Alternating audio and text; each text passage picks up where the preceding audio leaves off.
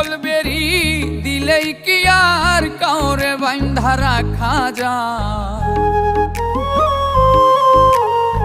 শিকল বেরি দিলেই কি আর কাউরে বাঁধা রাখা যায়? যদি থাকিতে না চায় কি লাভ হইল শিকল বেরি দিয়া পাখির পায়? আমার মন ভোলা পাখিটা এখন উড়িয়া বেড়ায়। কি লাভ হইল শিকল বেরি দিয়া পাখির পায়?